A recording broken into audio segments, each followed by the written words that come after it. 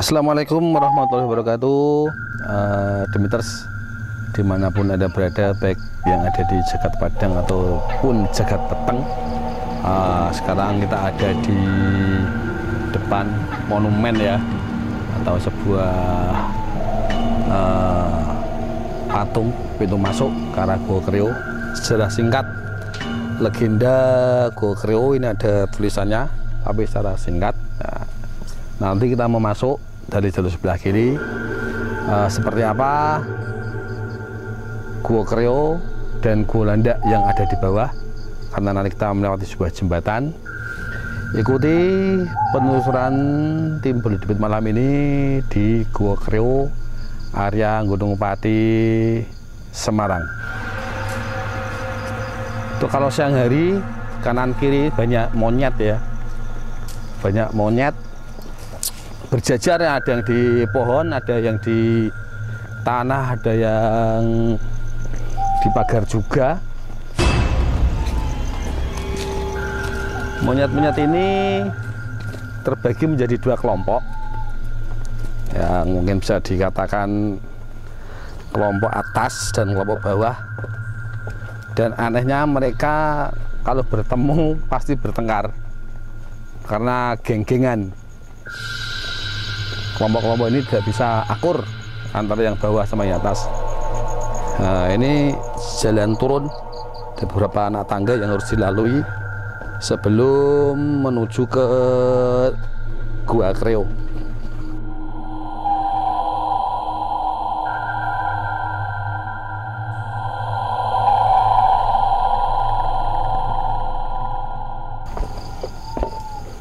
Ya lumayan panjang ya treknya sampai bawah sana.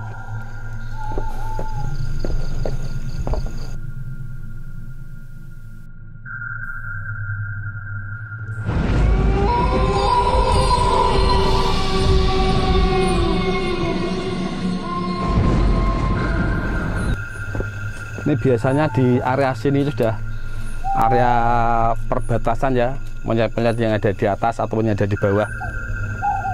Karena yang monyetnya ada di bawah itu nggak mau naik ke atas, seperti juga yang monyet di atas dia tidak berani untuk turun ke bawah.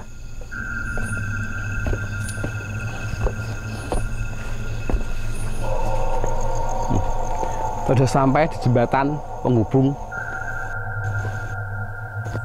ya, jembatannya ini indah sekali ya, kalau siang ataupun pagi buat foto-foto juga bagus. Seperti ini. Nah, asik. Di bawah ini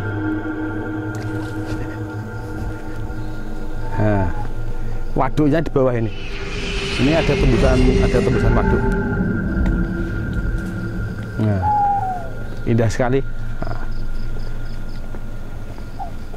Nah, bisa dilihat pemirsa, ya mungkin karena terlalu malam ya, belum bisa jelas dilihat bentuk waduknya. Nah, gelap sekali ya. Ini luas sekali ini. Sekitar berapa hektar Pak Dandu? 200 hektar. waduk menurut beliau Pak Denu ini sekitar 200 hektar, luas sekali ya. Ini ada wisata speedboatnya juga, Ustaz. Itu dulu waktu pembebasan tanah sama warga ada kesulitan enggak? Ya biasa, pro dan kontra Ya, biasa. biasa. Itu waktu pembangunan memakan waktu berapa tahun? 4 tahun lebih ya? Ya sebenarnya 4 tahun, cuman ya agak mundur, jadi sampai 2015. 2015. Termasuk sudah masa pengisian. Ya. Nah, di tengah-tengah danau ini, ya, yang sebelah kanan saya ini, itu tuh pernah ada satu penampakan ular naga ya, orang menyebutnya naga itu gede, dia sampai kepalanya ke atas gitu, diyakini sebagai penunggu waduk, ya.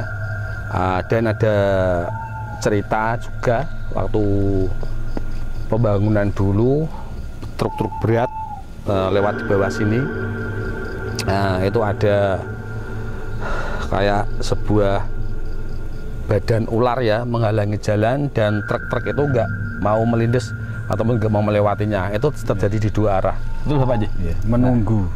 menunggu Lewat. Jadi truk-truk itu menunggu ular itu lewat, tapi ditunggu lama itu nggak kelar-kelar. Itu bisa dibayangkan berapa panjangnya itu. Tapi setelah sopir-sopir itu membacakan doa dan dengan sesuai dengan keyakinan mereka, ular itu cepat berlalu. Jadi di bawah ini ceritanya seperti itu. Waktu pembangunan alat berat, pengangkutan bahan itu, truknya itu kayak cegat sama badan ular. Ini di bawah sini. Nah, dan sempat juga oleh beberapa spiritualis melihat bahwa ular itu kadang menampakkan diri di tengah, dan kadang juga ada yang di atas. Ini memang didesain seperti ini Bapak ya? Iya. Desainnya agak meninggi gitu ya. Ini buat selfie bagus ini. Kalau siang hari. Ya, kalau siang hari. Nah, ini ada tempat-tempat duduk. Nah, ini dengan view waduk dan pohon-pohonan yang ada di belakang. Indah sekali terlihat. Kalau yang atas itu Mas legendanya itu. Nah, ini legenda. Gambar legenda. Oh. Ini ada gambar legenda Sunan Kalijogo ketika bertapa. Nah, itu ada 4 ekor monyet yang itu seperti sanepo. Dalam arti sanepo itu mewujudkan sifat dan perwatakan manusia, atau juga yang disebut dengan sejur papat 5 pancer, di mana 4 itu adalah 4 sifat antara merah, kuning, hitam, dan putih. Merah, kuning, hitam, dan putih. Nah, itu bisa dijabarkan di lain waktu. Ini yang lebih detail lagi. Nah, dan sini, nah, ini pas kayu nyangkut. Nah, ini pas kayu nyangkut ya.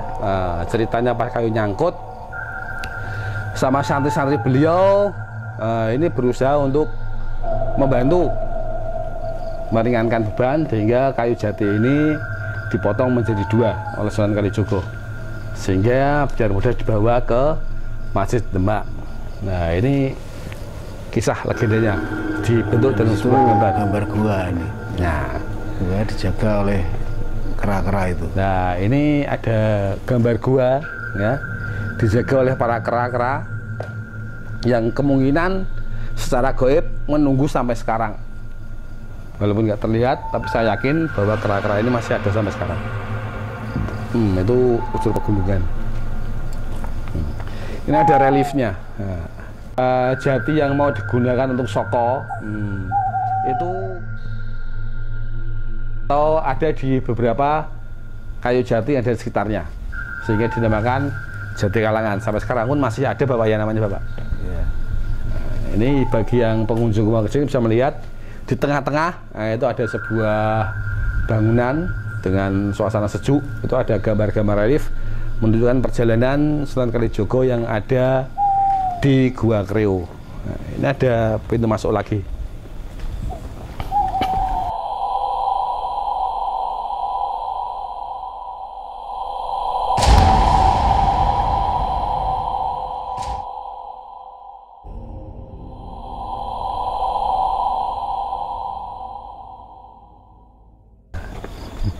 Ini kalau siang atau pagi monyet-monyet pasti turun Pak Danu ya? Iya.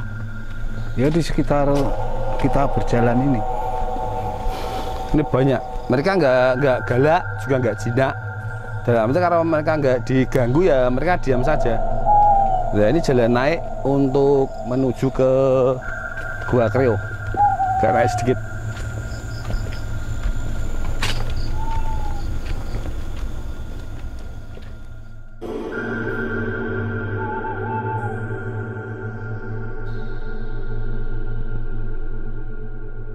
Nah, ini ada tetesan air sekitar gua. Licin ini pasti. Ya. Kalau musim hujan seperti ini, netes airnya. Assalamualaikum. Yang Gua Kreo yang Ya, ini yang Gua Kreo.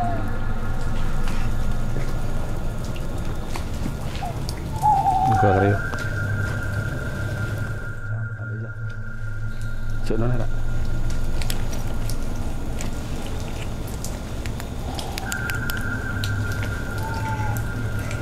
Nah, ini Jut Gua Kreo, bentuknya seperti ini.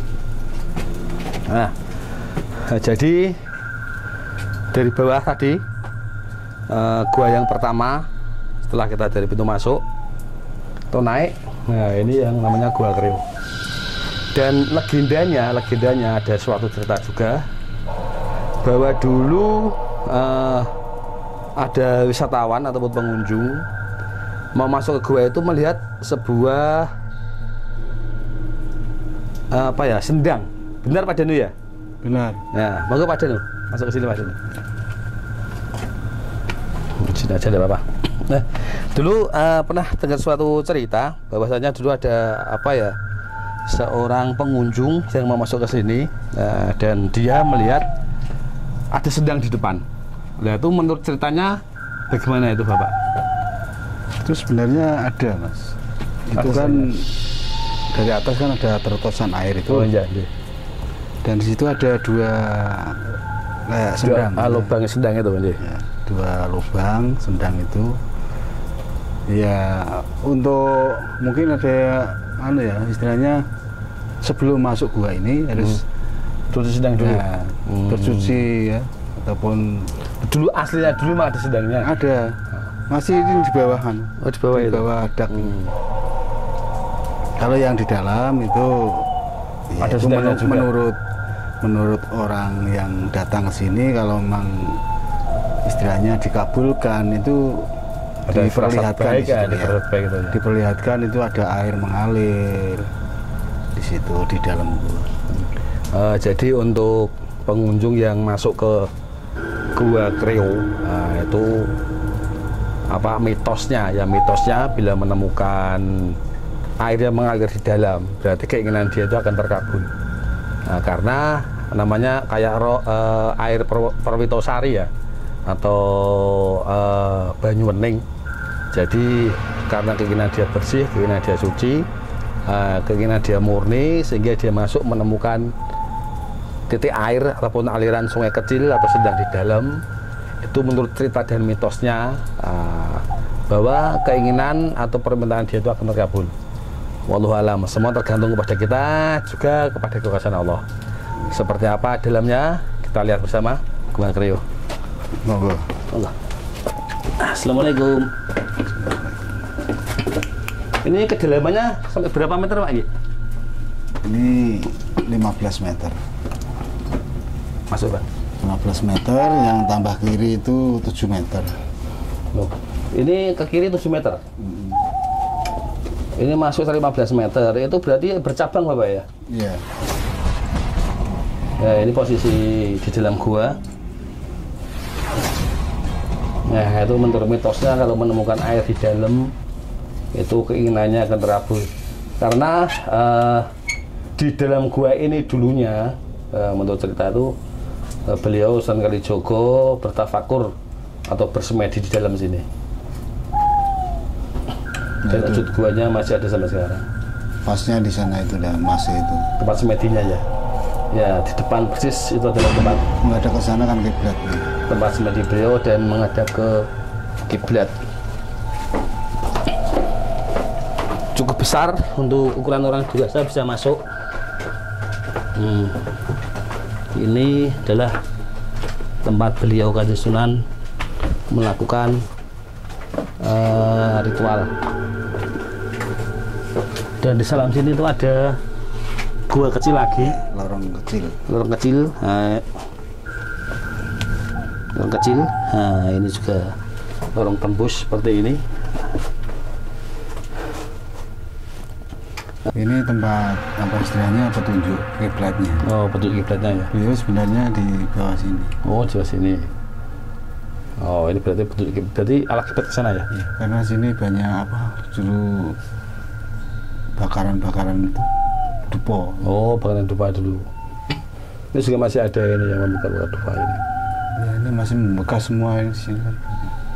Ini masih bentuk Ya, batuan mungkin dulu. untuk keyakinannya orang dulu. Ya betul. Ya, ini wujud di dalam guanya itu ada gua kecil tembus sana. Enggak tahu. Di sana juga ada kecil. Ada banyak gua-gua kecil. Ya. Menurut mitosnya juga, hanya gua Kreo ini secara spiritual bisa tembus ke Masjid Demak. Nah, itu kembali ke kepercayaan kita masing-masing karena secara aktualnya memang sampai sini cuma 15 meter, cuma mungkin kalau secara goib bisa tembus kemana-mana karena kita nggak tahu dunia goib itu seperti apa. Cuma memang keberadaan dunia goib itu berdampingan dengan keberadaan dunia manusia. Jadi apapun itu kita harus saling menghormati sesama ciptaan Allah, baik itu jin, setan ataupun manusia atau makhluk-makhluk yang lain. Selama kita bisa hidup berdampingan, kita tidak akan bermusuhan dengan mereka. Kalau kita baik sama mereka, mereka juga baik sama kita. Begitu kelihatannya Pak Panji. Iya. Nah, dan di sebelah itu adalah Gua Landak. Yang di kolom sebelahnya adalah batu landanya. Seperti apa Gua Landak? Kita lanjut perjalanan untuk penelusuran di Gua Kreo dan Gua Landak. Monggo. Ini kita keluar dulu. Mas ini. Luas. Agak licin jalannya karena habis hujan. Ya, sebelah sana itu guanya. Itu ada penunggunya masih di depan. Sosoknya tinggi. Rambutnya panjang tuh. Assalamualaikum. Assalamualaikum salam. Mbak nyun sewu. Hamung badhe nitip pirsa.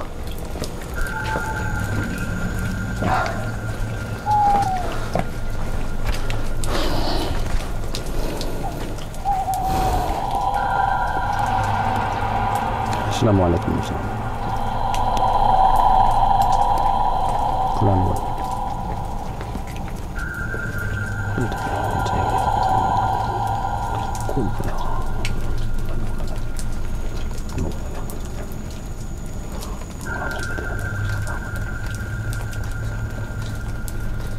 Pemirsa, ini adalah Gua Landak. Gua Landak ini berdampingan dengan Gua Kreo. Dan ini adalah pintu masuk Gua Landak. Agak lebaran dikit ya, oke Bapak. Ini dulu menurut cerita yang beredar, Gua Landak ini dulu dipenuhi oleh hewan-hewan landak, ya, landak banyak sekali. Dan untuk orang-orang spiritual yang pernah masuk ke sini itu sempat diperlihatkan sebuah penampakan yang mungkin bisa dibilang menakjubkan ataupun menakutkan ya, karena ada penampakan seorang putri ya, dengan badan manusia, wajah manusia, tapi tubuhnya dipenuhi dengan bulu landak. Nah, makanya gua sebelah Gua Kreo ini dinamakan Gua Landak. Dan memang untuk ukuran kemistisannya ini juga kuat sekali, karena mungkin untuk auranya sama ya aura yang di Gua Kreo sama di aura Landak beda Bapak ya. Lebih kuat di sini, kemungkinan karena memang dulu waktu Gua Kreo itu untuk wali semedi, dan kemungkinan aura yang sana aura positif, dan yang sini adalah Gua Landak yang dihuni oleh mungkin dikatakan bisa siluman atau bangsa-bangsa di demit, makhluk-makhluk astral ya, dengan wajah yang seperti itulah. Bisa dibayangkan sendiri kalau landek itu seperti apa dengan wajah manusia. Tadi sebelum masuk sini ada yang nunggu, ada yang di depan sini kayaknya, mungkin menyambut kedatangan kita. Tapi alhamdulillah tadi kita uluk salam, beliau welcome, nggak masalah, kita tidak boleh lama-lama di sini, cukup melihat yang ada di dalam seperti apa. Kita menyambangi mereka, kula nuwun dulu. Ini wujud daripada Gua Landak seperti apa? Ini wujud yang ada di dalamnya dengan kedalaman sekitar 15 meter juga Bapak ya? Kalau sini 25. 25 meteran? Iya. Panjang sekali. Ini kayak ada gambar harimau ya? Iya, ini dulu wadas. Oh, padas. Ya. Oh, padas bentuk gini. Iya. Oh, ini pas ini gali apa? Tanahnya. Nah, dulu banyak itu kayak wedi, pasir. Oh iya. Itu digali, dikeluarkan supaya berdiri gini tidak. Ya bisa buat masuk juga, berarti diperlebar Bapak ya? Oke, ini kedalaman gua sekitar 25 meter ya. Tadi kita lihat tulisannya 15, ternyata 25 meter. Ya, sampai sana. Iya, sampai sana. Bisa kita lihat sampai ke dalam. Ini adalah Gua Landak. Cuman kecil lorongnya. Ya, kecil lorongnya. Assalamualaikum, salam. Kami Nyuwun Sewu, Pak Di Demit, Mbak Di Demit. Ini Gua Landak yang ada di dalam. Ya, agak membungkuk kalau ke dalam. Ini kan guanya. Sampai di sana cukup panjang 25 meter ya. Memang kalau dari depan kita bisa berdiri, tapi semakin masuk kita semakin sempit, harus semakin membungkuk. Sudah mentok sama sana.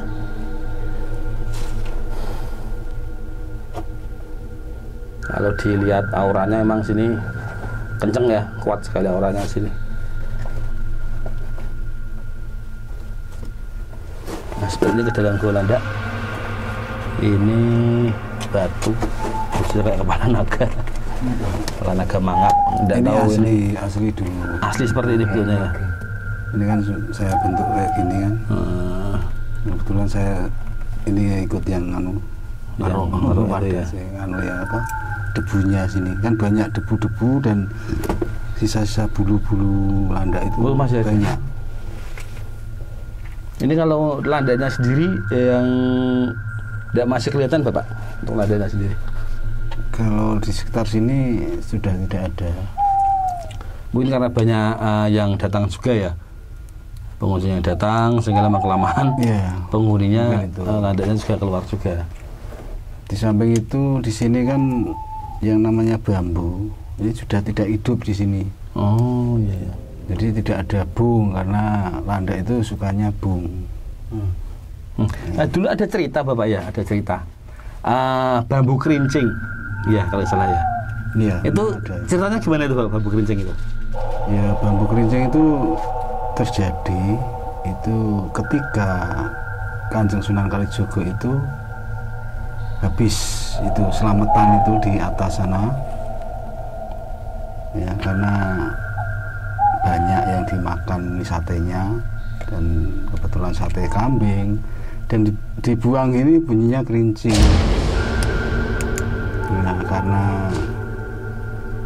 dari apa hasil olah rasa Kanjeng Sunan ini, jadi yang dulunya sujen ini tumbuh menjadi pohon bambu.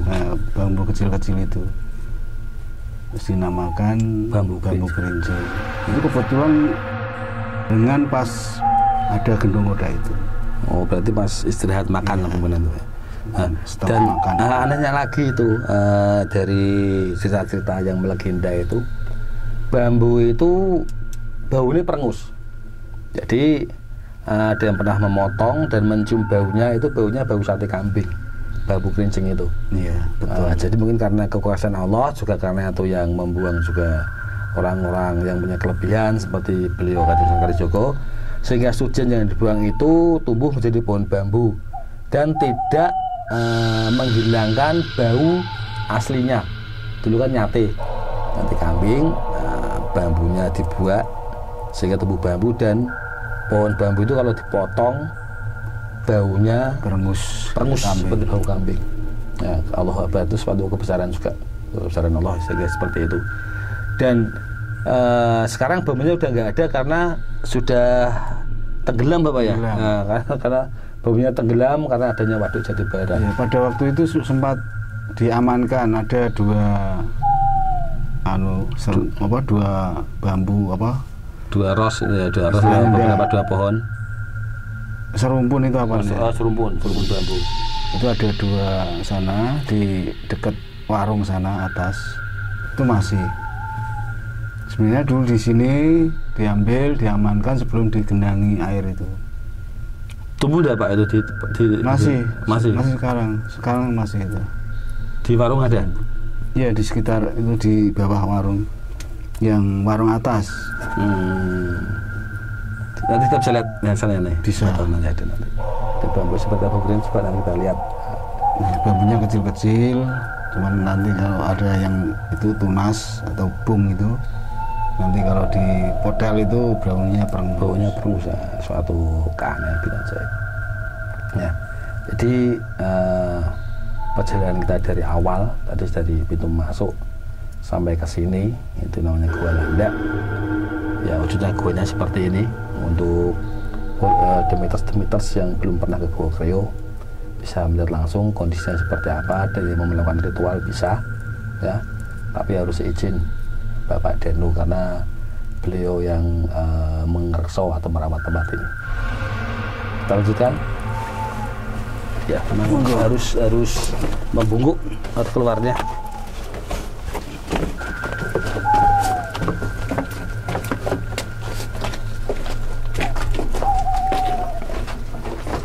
Sampai sini agak melebar.